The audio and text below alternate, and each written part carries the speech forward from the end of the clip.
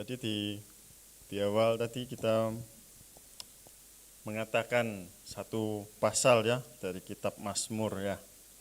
Nah, di situ ya dikatakan di ayat yang 13 itu ketika tadi dikatakan kita membacanya ya.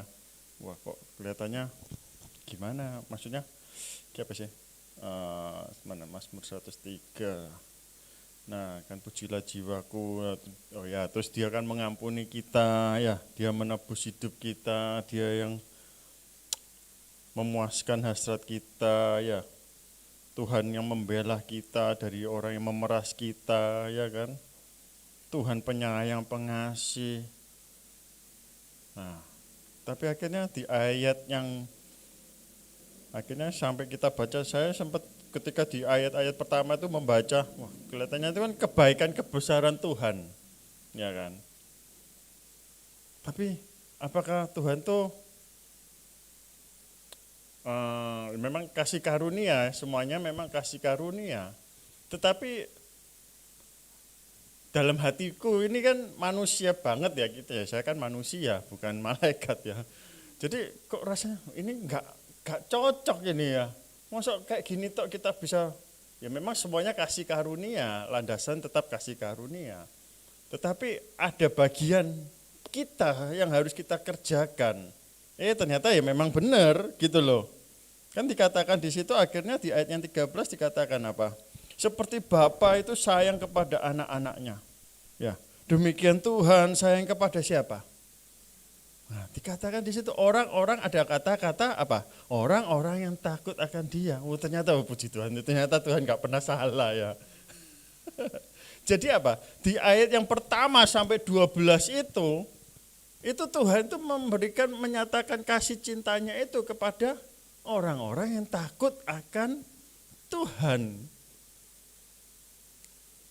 Orang-orang yang takut akan Dia. Siapa orang-orang takut akan Tuhan itu? Seperti apa orang-orang yang takut akan Tuhan itu? Nah, seperti yang minggu kemarin saya katakan bahwa apa? Yang pertama, yang di poin pertama itu ternyata Tuhan ingin, Tuhan nggak ngomong, jelas itu nomor satu itu. Ya nggak ngomong, cuma ya dalam hati, akhirnya ya coba saya mau menjelaskan yang poin yang pertama. Apa yang poin pertama itu? Yaitu, yang pertama yaitu menuruti perintahku, yang diambil di Yohanes 14 ayat 15 ya kan. Jikalau kamu mengasihi aku, jikalau kita ini mengasihi Tuhan, maka dikatakan apa? Kamu itu akan. Kamu itu akan, bukan kamu itu telah atau kamu harus. Nah, kamu itu akan menuruti segala perintahku. Akan itu berarti kita akan saya mau ke sana ya, saya akan ke sana. Itu adalah sebuah journey, sebuah perjalanan. Bahwa kita itu akan menuruti segala perintahnya Tuhan. Sebelum nanti masuk ke apa itu perintah Tuhan ya kan. Nah, tetapi di sini bahwa dikatakan Tuhan itu, Bapa itu sayang kepada anak-anaknya, orang yang takut akan Tuhan. Kalau kita itu mengasihi Tuhan, kita enggak takutnya bukan takut gemetar, bukan takut kayak ngelihat setan, takut ngelihat tagihan gitu ya. Bukan takut ngelihat nilai rapot merah. Kalau mungkin Bu Silvi ngelihat murid yang bandel itu takutnya beda. Takutnya tuh takut kita respect, kita menghormati Tuhan. Lalu perintah-perintah Tuhan itu apa? Jelas, Tuhan itu sudah memberikan perintahnya kepada Musa pertama kali. Yaitu dengan diberikannya, ditulisnya 2 loh batu, yaitu perintah pertama. Dari 2 loh itu, makanya kenapa kok bisa terjadi kok Tuhan itu memberikan 2 loh batu. Dan akhirnya dalam perjanjian baru dituliskan apa? Loh batu itu sudah enggak berlaku, tetapi tulisan di dalam loh batu itu akan tertulis di dalam hati kita, di dalam loh hati kita. Inilah betapa Tuhan menginginkan kita mereview kembali perintah Tuhan itu apa. Sehingga dan juga apa? Dari ke-10 perintah Allah itu dibagi dua. Di mana ayat 1, nomor 1 sampai 4 itu untuk kepada Tuhan, dan yang ke-5 sampai ke-10 itu adalah kepada manusia. Makanya di ayat pembacaan kita di mana? Matius ya. Matius. Ya, Matius ya. Matius berapa?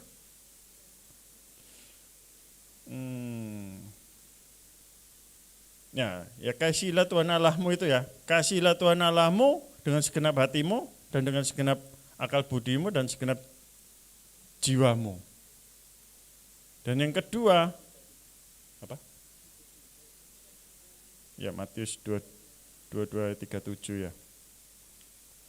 Ya di situ makanya di situ ada dua. Kasihlah Tuhan Allahmu dengan segenap hatimu dan dengan segenap jiwamu dan dengan segenap akal budimu. Dan yang kedua, hukum yang kedua yaitu kasihlah sesamamu manusia. Dikatakan juga di situ hukum. Hukum yaitu kembali kepada Matius menuliskan juga ingin mereview kembali adanya hukum yang sudah diberikan Tuhan untuk umatnya melalui hambanya Musa. Dan hukum ini seringkali juga kita mengkesampingkan, kita serasa sudah enggak relevan kembali dalam zaman modern ini. Ya, kita coba baca ya, hukum-hukum apa aja itu. Di di Keluaran 20. Keluaran 20 ayat yang pertama.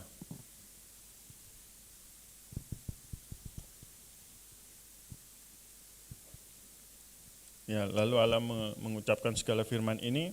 Yang kedua, Akulah Tuhan Allahmu yang membawa engkau keluar dari tanah Mesir, dari tempat perbudakan. Ya. Yang ketiga, dikatakan di situ. Ini yang perintah yang pertama, hukum yang pertama. Jangan ada padamu Allah lain di hadapanku. Tuhan tahu ketika bangsa Israel dikeluarkan dari tanah perbudakan menuju kepada tanah perjanjian Kanaan, di situ akan ada banyak penyembahan-penyembahan, ada berhala-berhala di situ, banyak di situ. Makanya Tuhan membawa dulu perjalanan bangsa Israel ini supaya melihat pekerjaan tangan Tuhan dan ya ini supaya Tuhan itu sempat aja ngasih titah seperti ini. Nanti ya, kalau kamu masuk ke dalam tanah perjanjian itu, jangan ada padamu Allah lain di hadapanku. Kalau zaman sekarang, masih relevan enggak ini? Kalau zaman modern yang saat ini semuanya serba teknologi, serba canggih, apa ilah lain itu? Apa Allah-Allah lain itu? Yang selain daripada Allah itu sendiri. Jadi tentu sekarang yang enggak jauh yaitu ini. Handphone. Oke lah, sekarang kita ngomong, oh ya ini handphone kan handphone suci, ada Alkitabnya. Kalau saya lebih komplit, enggak cuma Alkitab loh. Bukannya sombong. Al-Qur'an aja ada. Jangankan Alkitab di sini, ada banyak kitab-kitab di sini. Mau kitab apa aja ada semua. Mau kitab suci apa aja ada. Apa enggak kurang suci handphone ini berarti? Ya, ada konkordansi, ada kamus. Enggak kurang suci apa? Tapi di lain pihak ada apa lagi? Wah, ada yang lainnya. Ada ya medsos-medsos yang lainnya. Ya. Hal-hal lainnya. Bahkan mungkin hal-hal yang bisa pekerjaan sekalipun kalau ada di handphone, Kalau sampai itu pekerjaan itu menghilangkan waktu kita untuk kita berdoa, menghilangkan waktu kita untuk beribadah, itu juga ilah lain.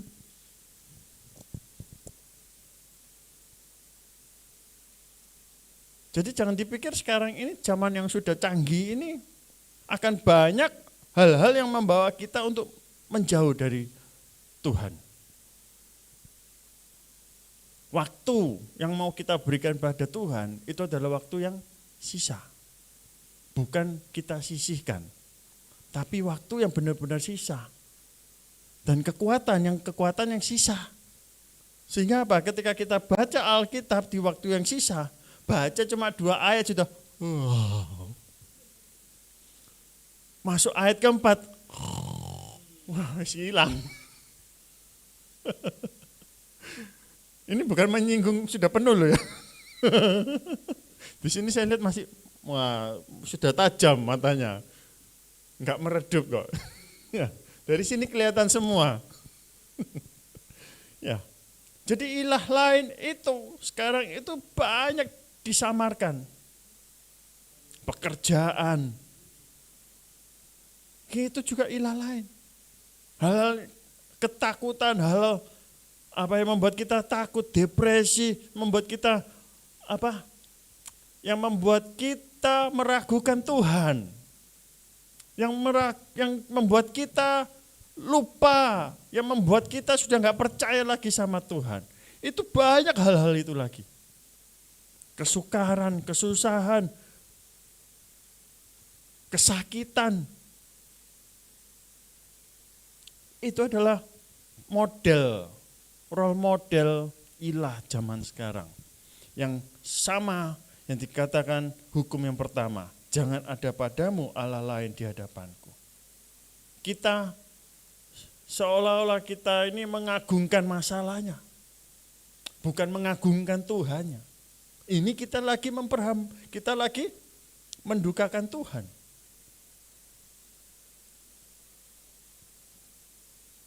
Yang kedua, yang tadi jangan ada padamu Allah lain. Kita enggak boleh. Ini sudah perintah. Jangan ya Dek ya, jangan. Nah, sudah jangan. Kalau sudah jangan ini jangan, ya sudah jangan diadakan Allah itu. Oh ya, dan juga apa? Ilah lain. Dan Tuhan ini sedang, kalau di Perjanjian Baru, Tuhan Yesus membandingkan keilahan, Tuhan Yesus memberikan perumpamaan, memberikan sebuah perbandingan antara Tuhan dengan Mamon. Siapa ya Tuhan yang mana harus kita pilih? Tuhan atau Mamon? Ini adalah sebuah dua pilihan yang Tuhan Yesus berikan. Gak bisa manusia itu kita mengabdi kepada dua Tuhan, ya kan? Kalau kita mengabdi pada Tuhan, ya kita gak mungkin mengabdi pada Mamon. Harus dipilih. Kalau kita mau mengabdi pada Mamon, ya tentu kamu gak akan mengabdi pada Tuhan. Gak bisa milih dua-duanya. Ketika kita pilih dua-duanya, pasti ada salah satu yang di atasnya. Yang pasti Mamon. Kalau kita sudah pilih dua-duanya, yang pasti Mamon di atasnya. Nah coba lagi kalau Mamon, pikirannya lah, ya apa menimangan apa kalau Mamon ini. Ya kan? Aduh kalau Mamon, rekeningku kalau Mamon nih.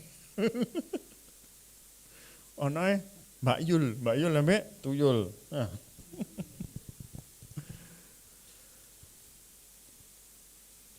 Karena Tuhan memberikan dua opsi kepada kita.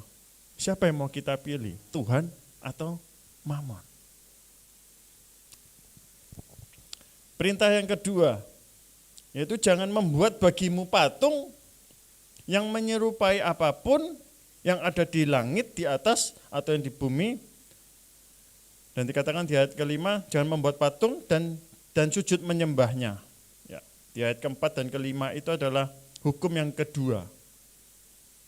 Jangan membuat bagimu patung dan kita sujud menyembahnya. Apa ilah zaman sekarang yang seperti itu, yang setara dengan itu tadi? Coba anak-anak sekarang diambil gadgetnya. Ada berita toh, gadget disita, wong tuwa dibunuh. Ya toh. Wong tuwa dibentak-bentak, dipisu-pisui. Loh, gadget ini sudah disembah. Ini sudah mulai, gadget ini kita di tangan siapa dia mau berada? Di tangan orang yang bijak, penuh hikmat, atau orang yang sembrono? Kalau di tangan orang yang sembrono, ya gadget ini menjadi ilah. Tetapi kalau kita di tangan orang yang bijaksana dan berhikmat, ya gadget ini akan bermanfaat. Dari gadget ini kita mau men-sharekan firman, bisa.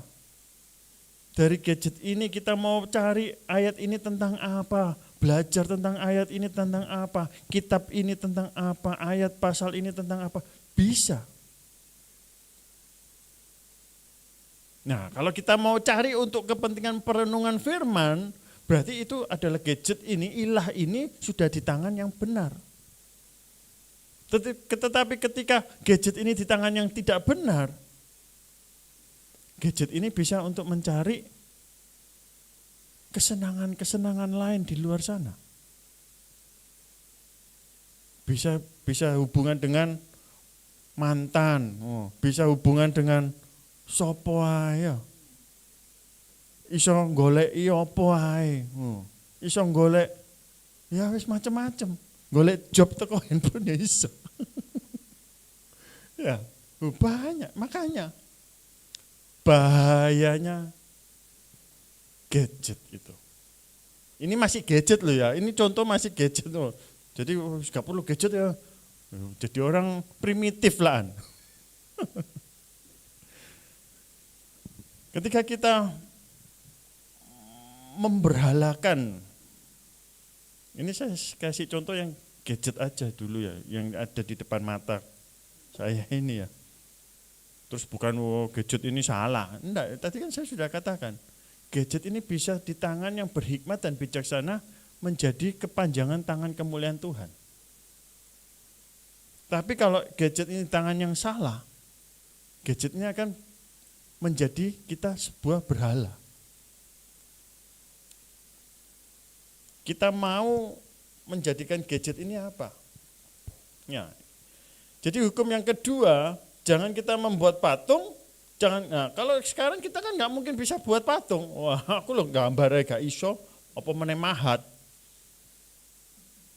Iso mahat engko dadine kotak ngono, iso bunder ngono to. Jadi bunder terus disembah ngono.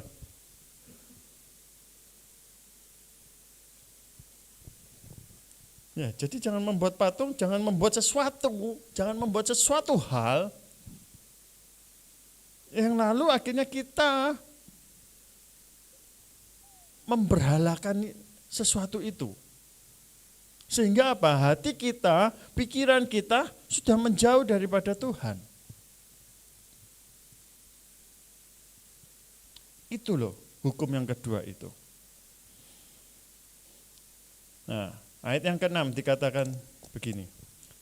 Tetapi aku, Tuhan Allah itu akan menunjukkan kasih setia kepada siapa? Beribu-ribu orang. Yaitu mereka yang mengasihi aku dan yang berpegang pada perintah-perintahku. Jadi, hai orang-orang yang taat, orang-orang yang akan melakukan perintah Tuhan, Tuhan itu akan menunjukkan kasih setianya loh. Kita ini sudah terlalu jauh dari kemuliaan Tuhan. Maka Tuhan itu, makanya dengan kita beribadah, kita berdoa, kita baca firman, kita tuh akan step by step mendekat hadirat Tuhan. Kita itu akan setapak demi setapak akan mulai mendekat kepada Tuhan. Enggak ujuk-ujuk kita sudah dekat.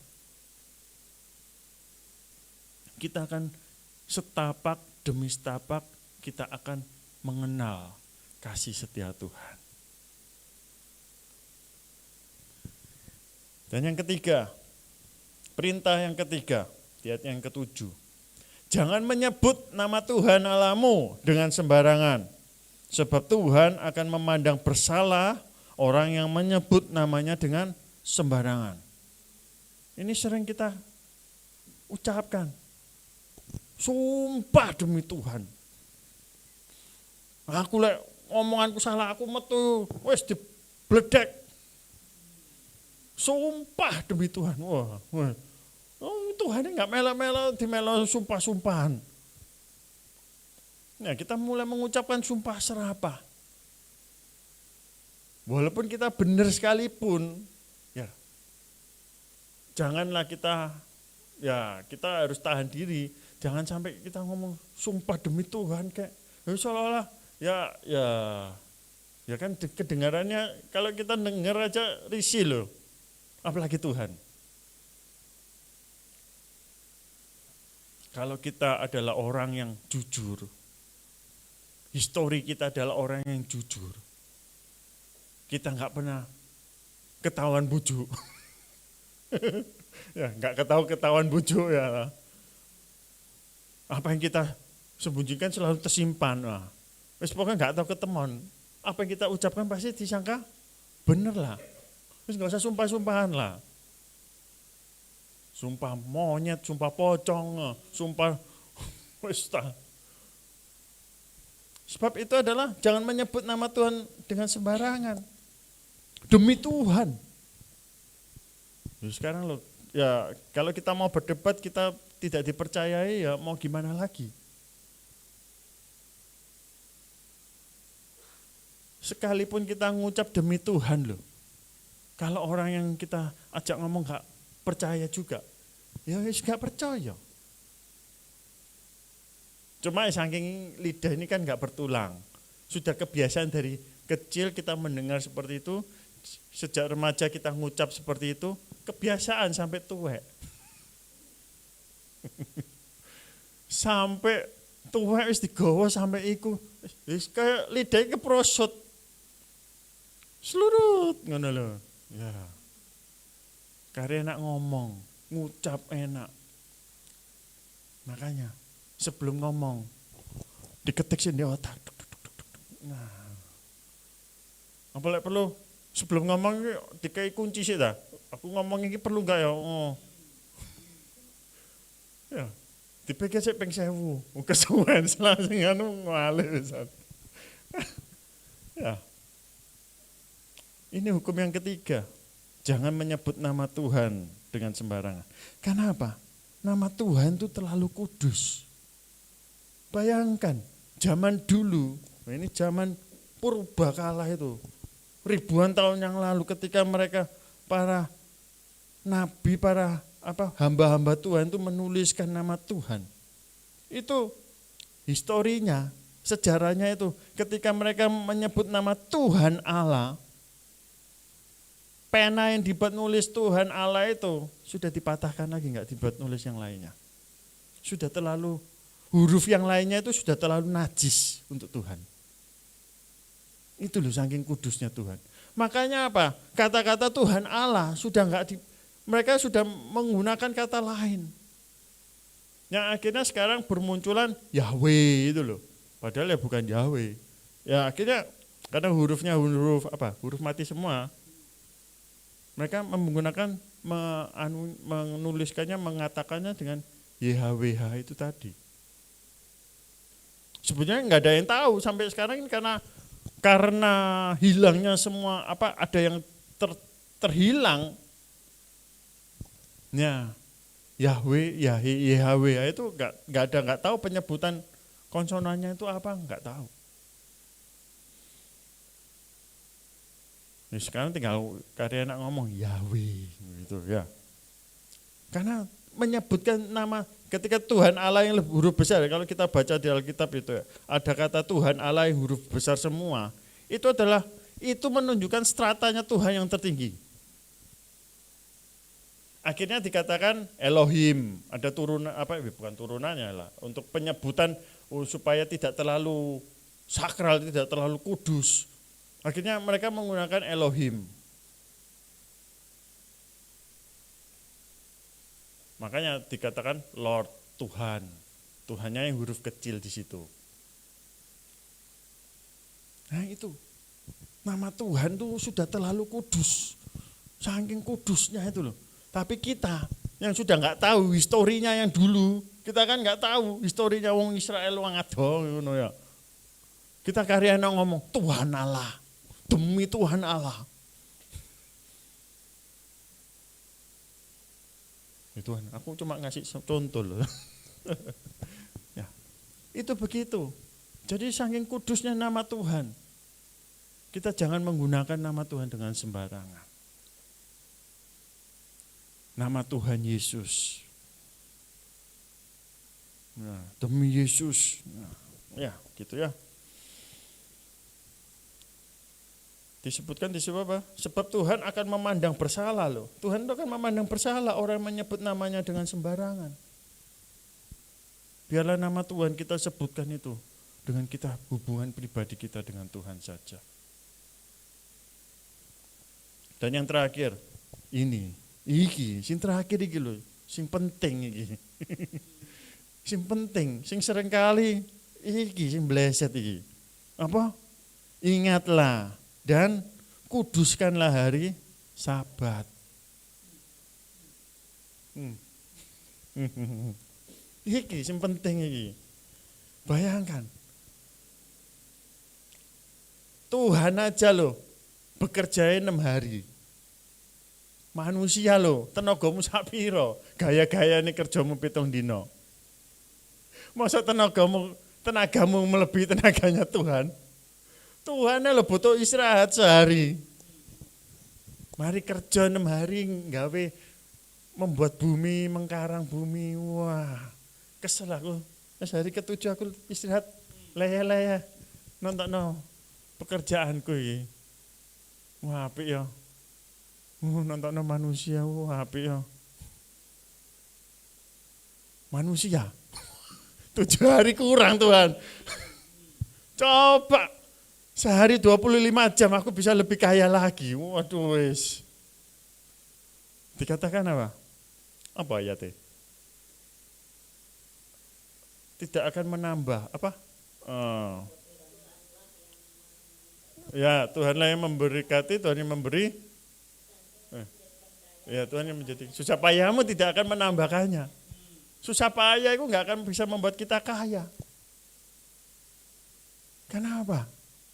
Banyak juga orang-orang yang diberkati Tuhan, nggak perlu soro-soro. Oh kaya. Wah. Karena susah payah nggak akan bisa menambahkannya. Itu adalah firman. Jadi mulai besok kita tidur aja ya. Ya enggak juga. Kita perlu hikmat, kita perlu tuntunan. Ingatlah dan kuduskanlah hari Sabat. Jadi kita disuruh mengingat dan kita suruh mengkuduskan. Kuduskan itu berarti mengkhususkan. Mengkhususkan hari Sabat. Tuhan itu menguduskan umatnya. Jadi Tuhan itu mengkhususkan umatnya. Kita ini adalah, kalau pasukan itu pas pampres ya, kita itu adalah pasukan khususnya Tuhan. Kita itu adalah umat khususnya Tuhan yang sudah dikhususkan, yang dikuduskan itu berarti yang sudah dipisahkan dari dunia ini. Kita itu memang dari dunia, kita itu dipisahkan sama Tuhan, kita dikuduskan. Tapi kita mau ya apa? Oh enak nyemplung yang dunia ini. Jadi kita tarik-tarikan sampai Tuhan. Situ tangan yang dunia, situ tangan yang Tuhan. Tapi akhirnya kecemplung yang dunia, tangannya situ melok Tuhan. Ya, masuk dunia, tangan situ.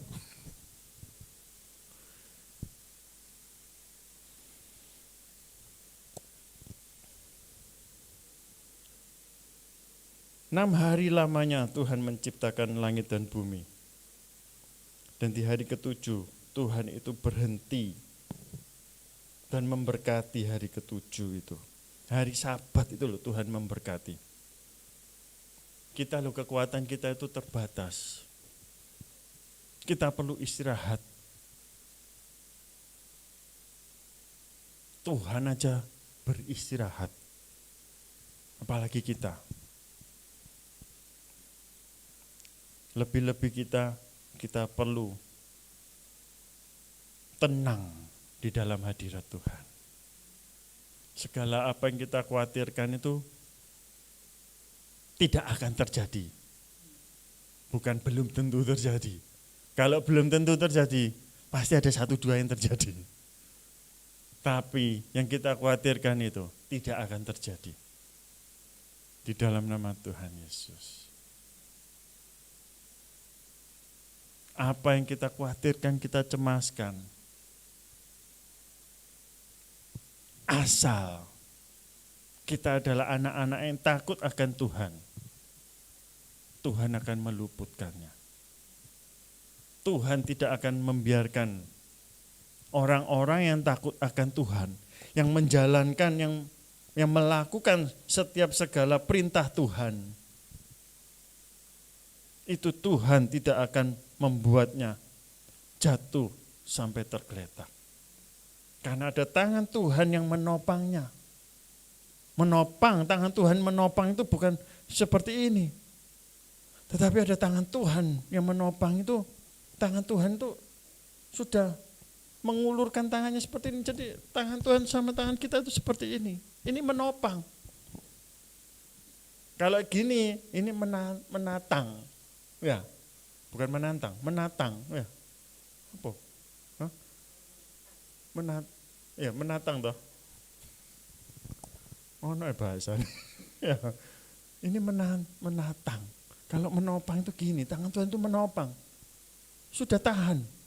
Siap menarik Tuhan itu. Siap mengangkat. Nah.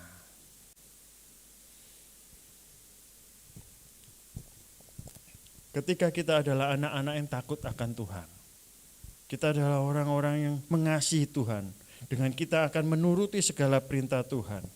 Ketahuilah bahwa, ini yang ayat terakhir ya. Ulangan 28 ayat yang pertama. Ada yang hafal ulangan 28? Dengar-dengar ulangan 28 itu sebetulnya sudah sewenang. Karena ayat 28 ini perikopnya adalah berkat. 28 ayat pertama ini adalah perikopnya berkat. Ini, jika engkau baik-baik mendengarkan suara Tuhan Allahmu dan melakukan dengan setia segala perintahnya yang kusampaikan kepadamu pada hari ini, ketahuilah bahwa apa? Maka Tuhan Allahmu akan mengangkat engkau di atas segala bangsa di bumi. Segala berkat ini akan datang kepadamu dan menjadi bagianmu. Jika engkau mendengarkan suara Tuhan Allahmu, diberkatilah engkau di kota, diberkatilah engkau di ladang, diberkatilah buah kandunganmu, hasil bumimu, dan seterusnya, diberkatilah engkau keluar masukmu. Ini, berkat Tuhan itu akan datang. Nggak ngomong ini, aku loh sembahyang, loh Tuhan harus berfirman, tapi kita sering, aku loh tapi itu berkatnya gak teko-teko. Kita mematahkannya sendiri. Diimani ini berkat ini akan datang.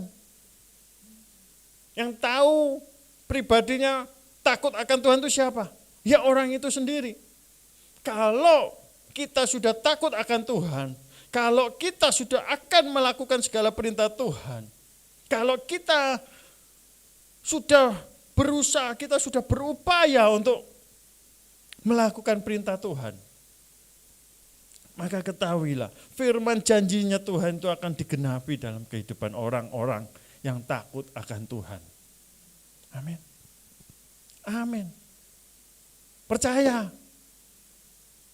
Ngono wong sing ngeplok-ngeplok ngene kudu dikeprok ngene. Ini kopeni.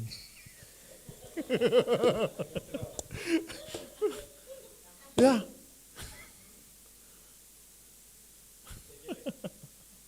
Enggak lah. Ben sadar iki. Ojo ragu-ragu. Yang bimbang-bimbang itu sudah bukan ciri orang takut Tuhan. Itu ciri orang meragukan Tuhan. Yang pasti, yang mantap, Tuhan pasti berkati kita. Di luar susah, loh, di luar susah, ya. Tapi orang-orang yang takut akan Tuhan akan dibuatnya berbeda. 1000 rebah di sisi kiriku, 10.000 rebah di sebelah kananku. Aku tetap berdiri. Aku tetap tidak akan goyah. Sebab Tuhan yang menyertai kita. Amin.